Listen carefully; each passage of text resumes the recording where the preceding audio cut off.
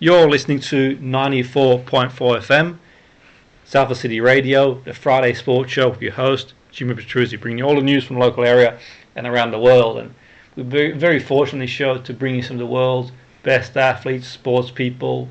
We've spoken to people around the world, and obviously the local area. We really want to promote sport in the local area. So our vision, our mission, we also want to bring you insights around the globe. And our other segment we've had for a while now is interviewing people in the field of psychology and related fields who've been some of the leading experts in the area, who've shared some really interesting insights in the field of psychology and related areas. And today we have a really interesting guest.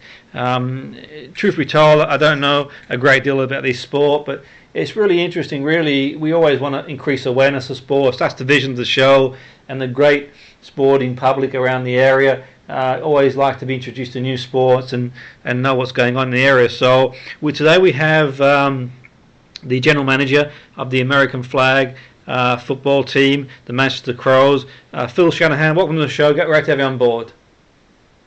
Hey, thanks, Jim. I really appreciate you having me on, mate. Yeah, it's really good to have you on board, and I suppose we can start with what American flag football is for our listeners who don't know. May want to know more information. What does it actually involve, Phil? Yeah, so I'll give you the elevator pitch, if you will. Yeah. So it's one of the UK's fastest growing sports. Gone from about 35 teams in the National League a few years ago to about 65 for 2021. Yeah. And what it is, it's a five-a-side version of American football. So what you see on in the NFL on TV every week, touchdowns, interceptions, big plays, all of that. But it's played without helmets or pads. Yeah. And it's more similar to sort of touch rugby, or I always say basketball is a good example in that there's very limited contact. There's no tackles or blocks. So instead, a defender will tackle a player by removing a flag from their belt.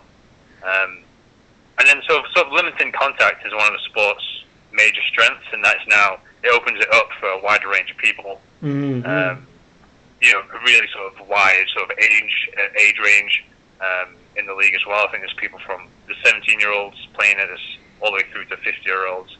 So it's a really sort of inclusive sport that's growing really, really quickly in the UK. Interesting, Phil, yourself, how did you get into the sport itself? I mean, how did you sort of find yourself in the sport?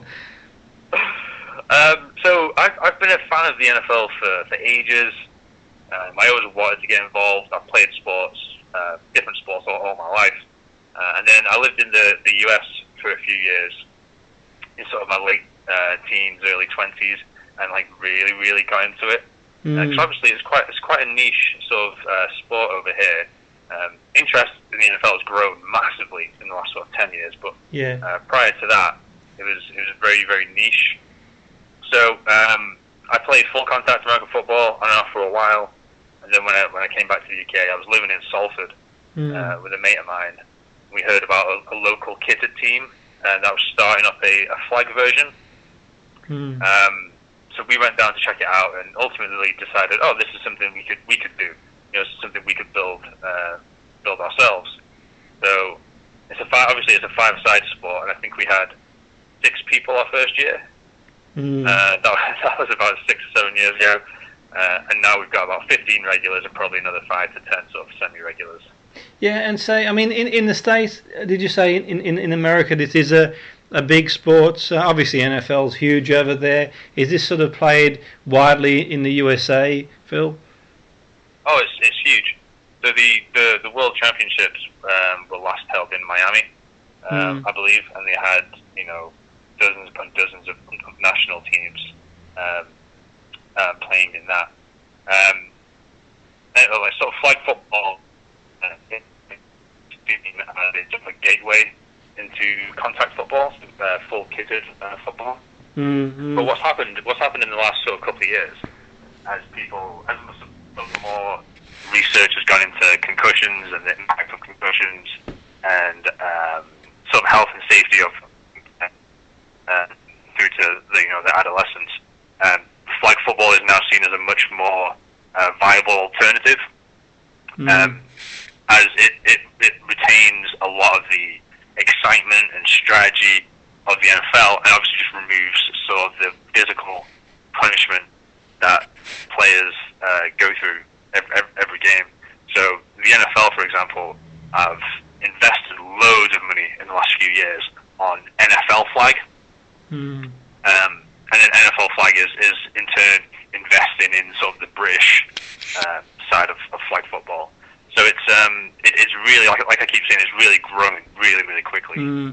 And so, I mean, what sort of participants do you get who join, Phil? I mean, obviously in America, the tradition around American football is huge, and no doubt they'll sort of see it over there as a sort of an opportunity, I suppose, cross sports as well, and it's maybe for training and other purposes, but also their love for the game. But I suppose in the UK, what sort of people make their way across to playing? I mean, are they from other sports, or do some people just have that interest in American football and go straight into the sport? What sort of people have you had that have joined your team so far? Well, it's a great question. So, like I said, because there's no pads, there's no helmets, it's a very low cost entry. There's not a lot, stopping people from trying the sport out. And I would say across our league, our entire league, players are either people who have played, full contact American football for years, and then decided, they were done showing up to work with bruises and broken bones, or, going to school with, black eyes and stuff. People who decided, no, I want to leave that part behind, but keep on playing. And then the other side are people who have never played American football whatsoever, and either they've seen it on TV and thought, oh yeah, that looks kind of cool, but not into this tackling malarkey. Let's go give this a try. We get a lot of people coming across from rugby, touch rugby especially, which is always kind of funny because although the sports look very similar, as soon as you start sort of cross training, you realise how fundamentally different a lot of them are, which is always quite fun. And then, like I said, we do quite a lot of community work, quite a lot of promoting the team on a local level. So some people just see, a post on, Reddit or Facebook or across social media and think, oh yeah, this is a new team sport for me to try. So we've had people come in who have never even watched an NFL game, and 2-3 years down the line, did absolutely love it and still involved with the team and still playing. So it's really the best team sport I've ever played, and especially because you find the people in the community are really sort of community focused. You really get to you really get into the sport. Yeah, absolutely. And I mean, I find what quite interesting there, Phil, is like other sports may sort of play in sort of training just to sort of a change, really.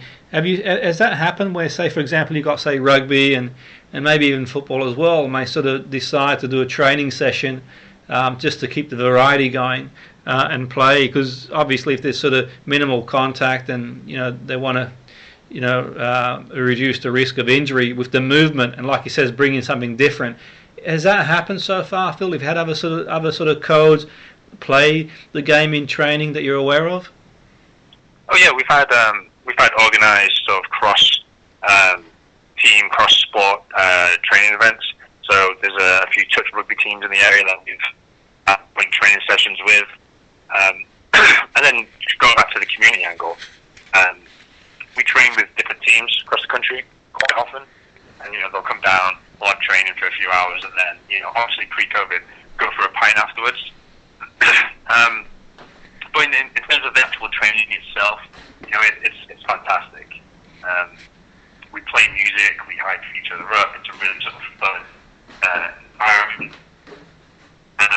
And then as the sport itself can be quite stop-start a lot of the time, which I think is a lot of people's impression of the NFL in general. It's very, stop-start.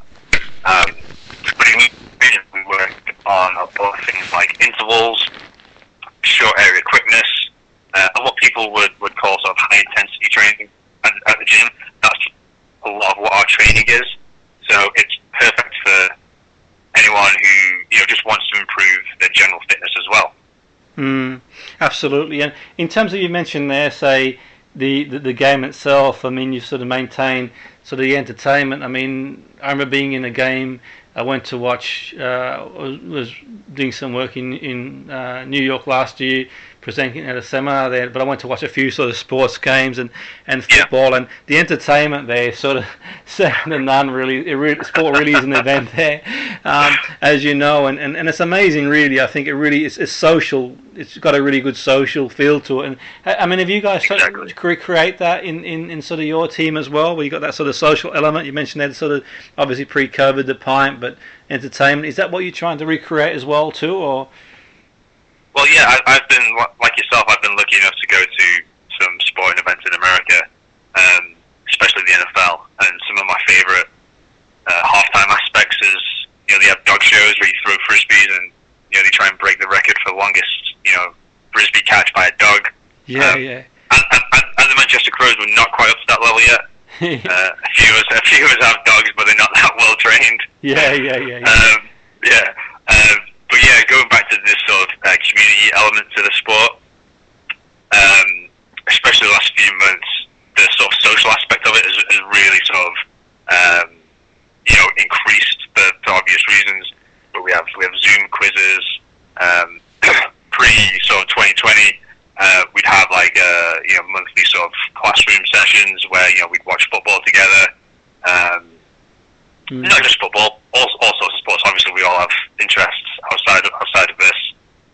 And then in the past as well, we've had sort of sponsorship deals with local businesses where we'd go and watch the games at a certain venue or do this or do that. And I think what you find pretty quickly is that the sport really sort of started taking a major sort of role in my life. Whereas a lot of the stuff I do now is, somehow, linked to the team. The people I play with are, some of my closest friends. It's really sort of a really welcoming and very, close-knit community. It's something I've never experienced at this level before. Like I said, having played sports all my life. So I really cannot sort of recommend it enough to people. Yeah, that's interesting stuff. I suppose we've probably got, no doubt we've got listeners who are American living in the UK as well, and I'm sort of wondering, I mean, we can sort of mention later some sort of contact details. They probably sort of might not be aware that the sport is played here as well, and sort of, get the word out there. But in terms of the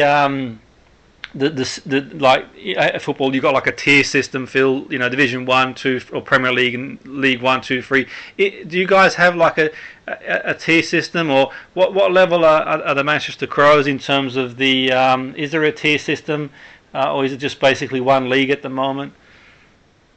Yeah, so we play in the Premiership division of the BAFA League. So BAFA is British American Football Association. That's a national league. I think, like I said earlier, there's going into 2021, there's going to be 65 plus teams. Wow. Yeah, and so the way they group it is kind of similar to the NFL, or kind of similar to American sports in general, is that you have a conference, which is sort of geographically decided, and then you have tiers within there.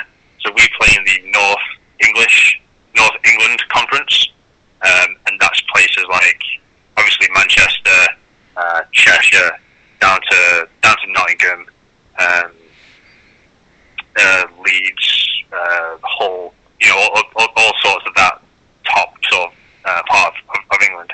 And then we play what you call cross-conference games in Scotland as well.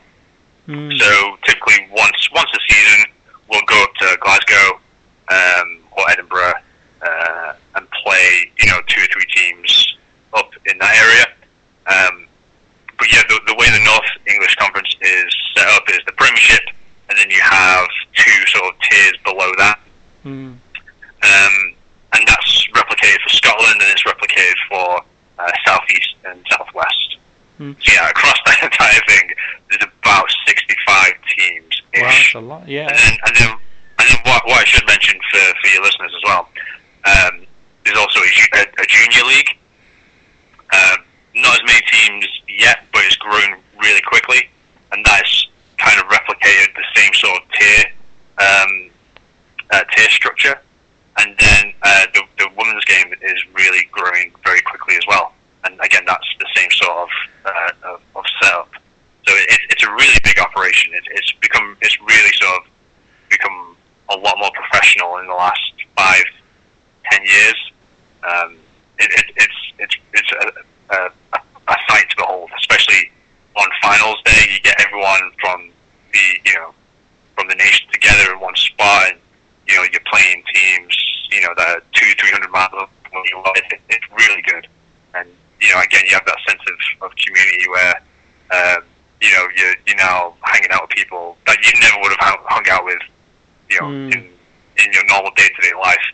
So it's a huge operation, and only getting bigger. Absolutely. No, that sounds really interesting. I wasn't aware that. I'm sure many listeners weren't either. That there's so many teams, and obviously the growth and how the Manchester sort of Crows getting on.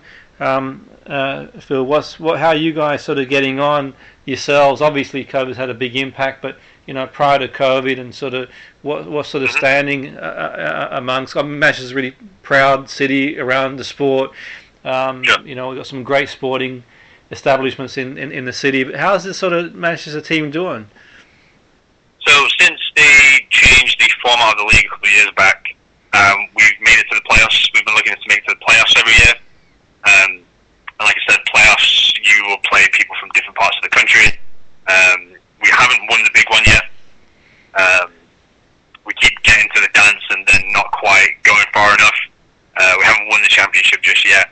So I'm hoping, Jim, that maybe one of your listeners can join and help us get over the edge. Absolutely, yeah. I never know who's listening, really. That's for sure. And it'd be great to sort of have some sort of, we may even in the future have another team that's sort of champion from Manchester in the UK. Obviously, has produced a lot of great athletes and sporting teams in the area. And I mean, the people who play for Manchester, are they mainly local? When I say local, I'm sure there's people who sort of from abroad who live in the area that might play. But generally speaking, are they people within the proximity? What's the furthest you get people travelling to play for the team, Phil? Well, I think the furthest away we have at the moment is a guy who lives in Leeds. But he joined the team in its sort of infancy, like I mentioned, that first year when we only had a few people, and so he's a lost cause. He's bought in for life now. He could move to a different country. He'd be helicoptering to the ground. But no, it's all people with fairly local. I'd say probably within a 10 to 15 mile radius. The really good thing about the league growing so quickly is that there are new teams popping up constantly. So chances are, if you're in sort of a catchment area and you think, Salford, Manchester is a bit too far for me to travel, just go on the BAFA website, and there's a team finder. I'm sure you'll be able to find a team within, say, a half-hour drive of you. Yeah. But then, like you mentioned, we've got Spanish players, we've had Hungarian players, Australian players, American players. I think people come to Manchester and want to sort of expand their community, their friend group. Absolutely, a lot of people naturally start to look for sports teams, and like I said, the community for flag football is like nothing I've seen before. So yeah, no, that's really a great opportunity for people. Sport obviously brings people together, and you mentioned a tournament there. Phil, is there sort of is there like a tournament like you mentioned there? Obviously, different countries play the game. Is there like a championship, a world championship for flag football? Yes. So there's the World Championships. It's IFAF, which I think is the International Federation of American Football. Don't quote me on that. I think it's that. No. So they were. The last ones were in Miami. There were supposed to be games this year, which I think now have been rearranged to Spain in 2021. Yeah. But we've also got flag football as an Olympic sport on the horizon as well. Wow, that's incredible. Yeah, that's incredible news, that, yeah? Yeah, it's massive. It's sort of the big thing at the moment with us. Our governing body have sort of announced a 10-year plan, and with sort of Olympics kind of on the horizon, there's going to be a lot more sort of funding and resources allocated to the sport.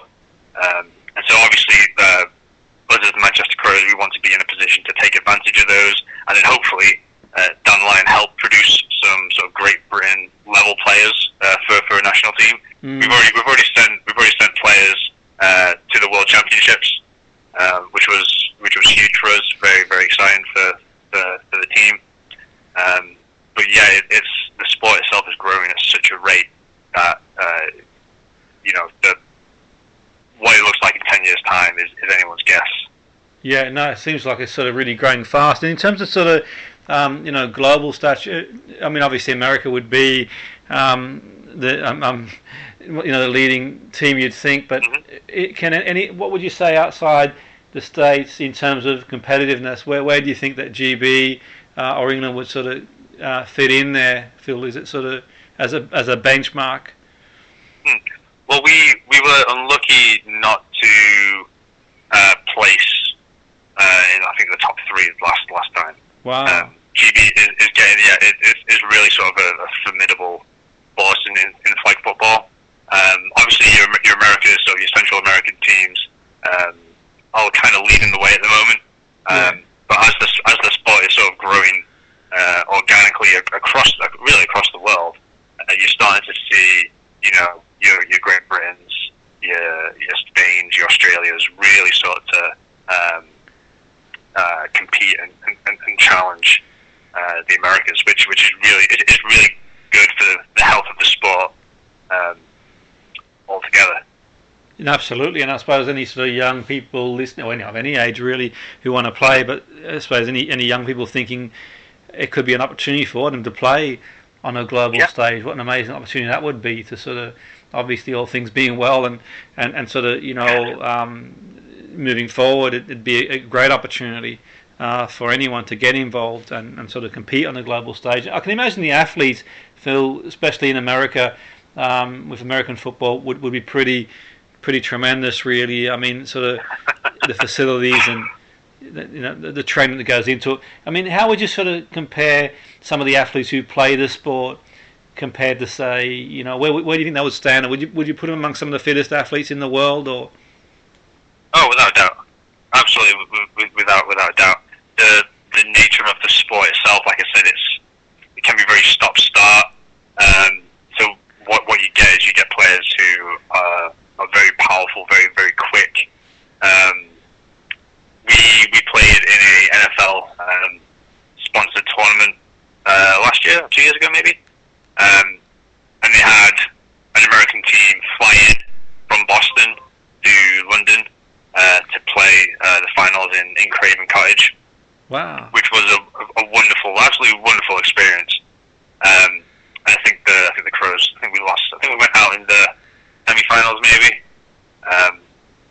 But the prize for winning that tournament was tickets to the NFL Super Bowl.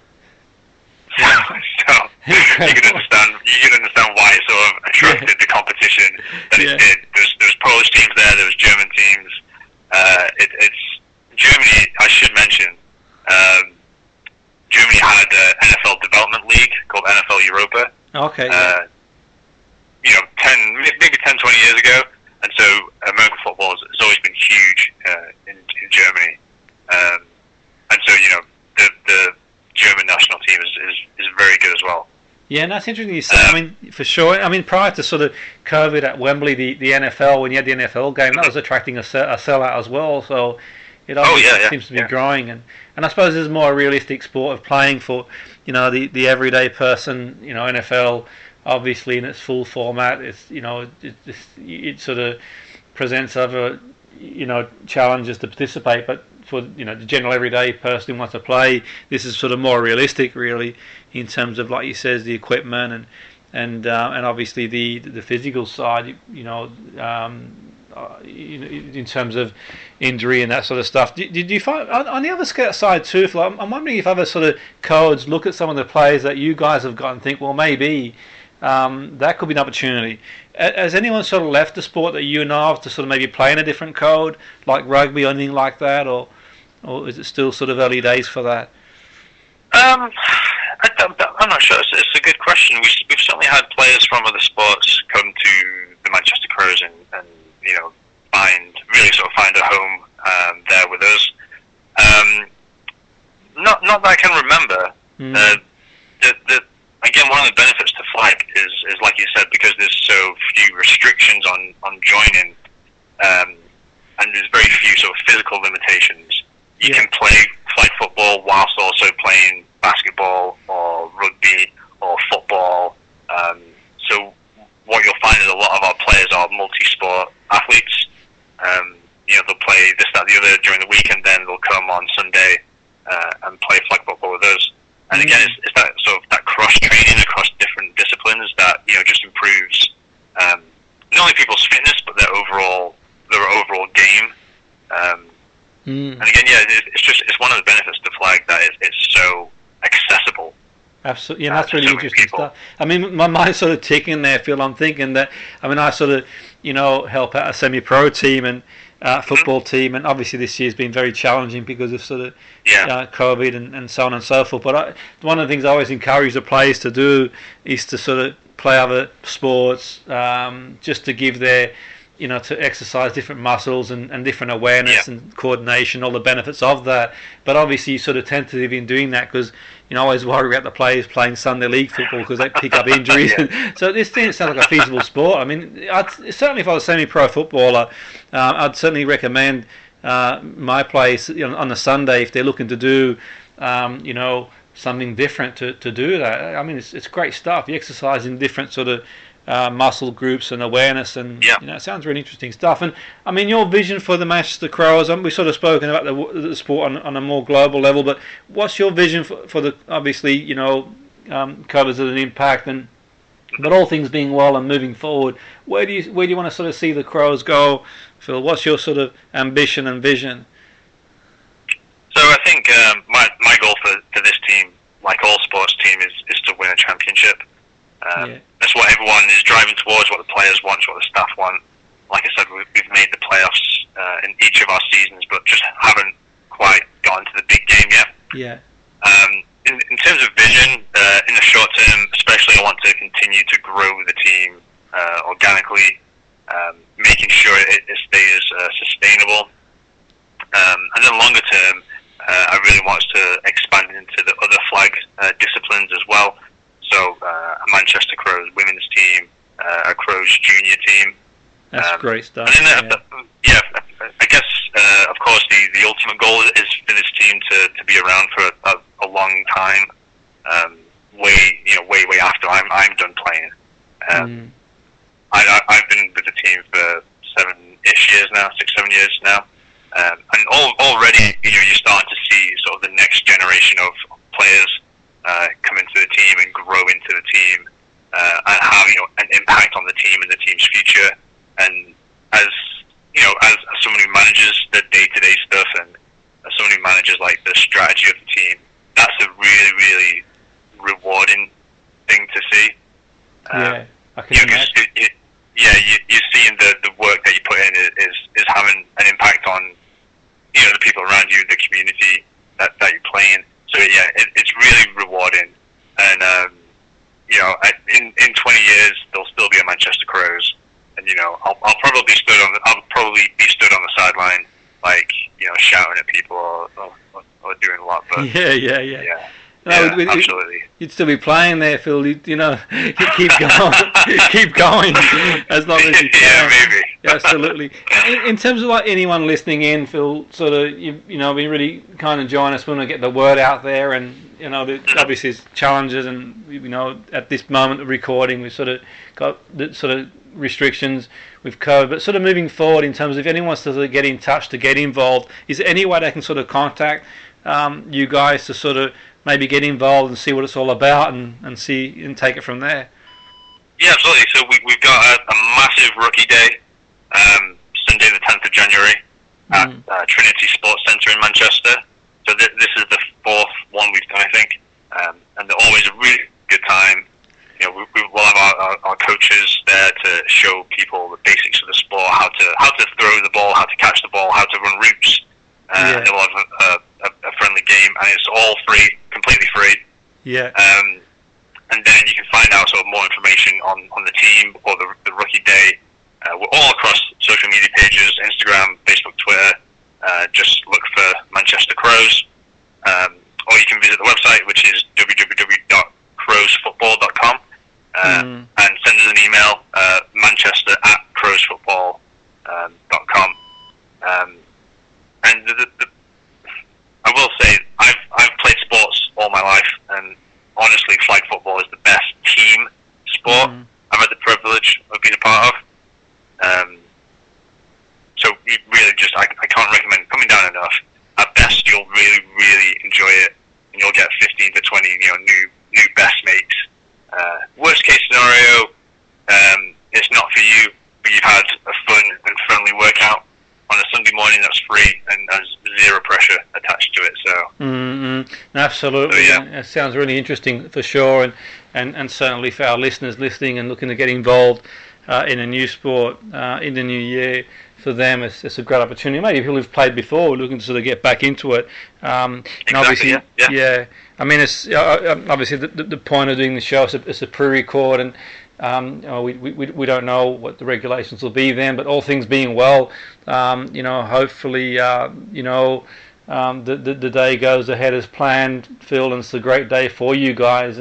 But no doubt in the future, at some point, if people get in touch, then you can keep them updated about obviously any opportunities to sort of come down and see what it's all about, and that's as much as any of us can do at the moment. But it sounds like you're doing a great job there, Phil. We really want to thank you for coming aboard the show. It's been fascinating. I'm sure listeners have really enjoyed that, and hearing about that, and that's great stuff. We wish the Manchester Crows, like we wish all our teams in and around the area, all the best, and we'll be certainly looking out for how you guys sort of get on, as a team. Great stuff. So that was Phil Shanahan, the general manager of the Manchester Crows, giving us an insight into American flag football. What an interesting insight that is, and certainly, as you mentioned there, get on the social media pages and have a look and sort of make your own mind up, and what a great opportunity for people to sort of get involved in a new sport. A fantastic. I say a new sport in the sense that the growth in the UK of the sport. So thanks again, Phil. It's been great speaking to you. Cheers, Jim. Thanks a lot for your time, mate.